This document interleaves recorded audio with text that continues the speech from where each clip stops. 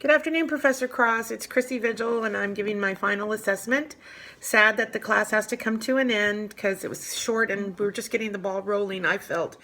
But I'm going to answer your questions for you in my assessment. So the first question was, where do you believe your strengths lie?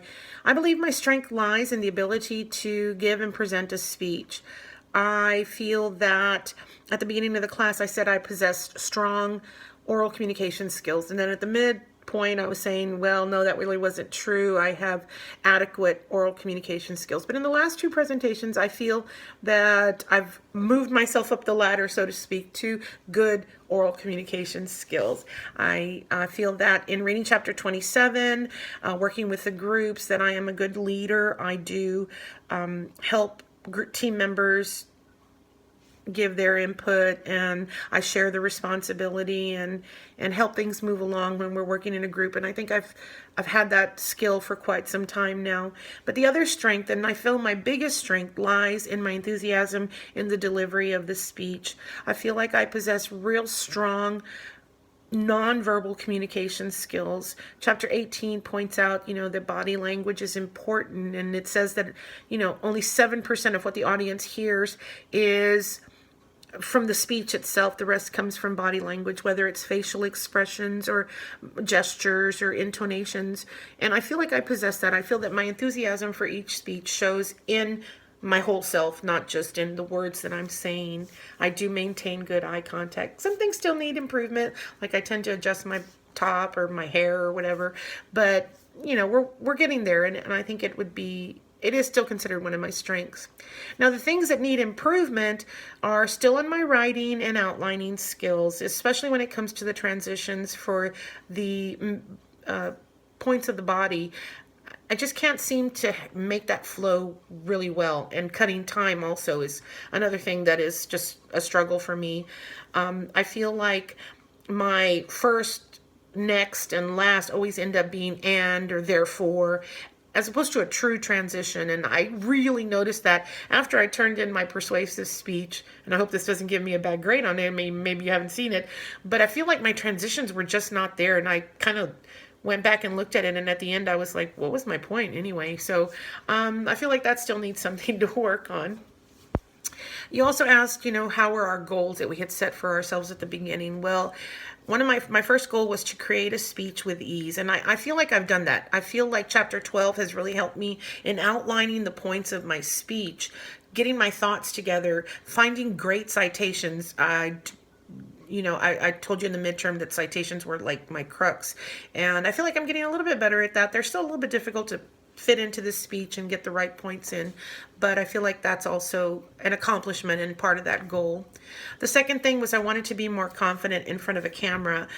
Not that I was afraid to be in front of a camera, just more confident in what I was putting out there. And I feel like the book has told us to practice our speeches, and to even videotape practicing them so that we can critique ourselves and see what we're putting out there. And I think that has really helped.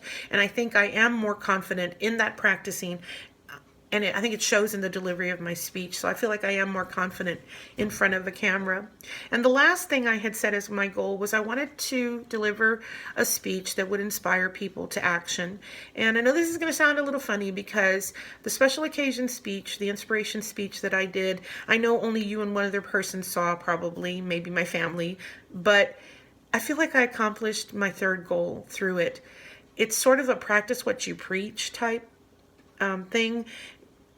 I feel like it inspired me to continue on this path, and that I was on the right track of what I was doing, and it solidified what I want to do in the future as a career, and that's to inspire young people to continue their education and to follow their dreams, their passions. And so it was kind of I don't know what the word I want to say is, but it was kind of that moment where you kind of went, this is it. So I feel like my goal number 3, to inspire, not only inspired me personally to keep following my dreams, but inspired me in the way that my path is going. So that being said, I love giving presentations. I think they're fun. I think it's exciting. I think it's a great way to present ideas and thoughts and have people listen to you. And I've been struggling with the path for my bachelor's degree, trying to decide which direction I'm going to go. I kind of jumped back into school real quickly, and now it's time next semester to move on to that portion of my bachelor's where I have to make a decision which career I'm going to go.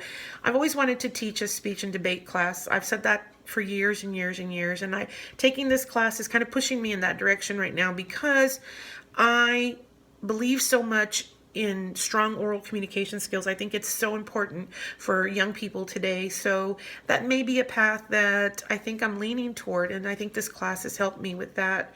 So I just want to say thank you so much for all your help and my lots of emails that you answered for me. I really appreciate it. I feel that good learning comes from good teaching, and I feel like you were a great teacher and that this class was just really what I needed at this point. So thank you so much.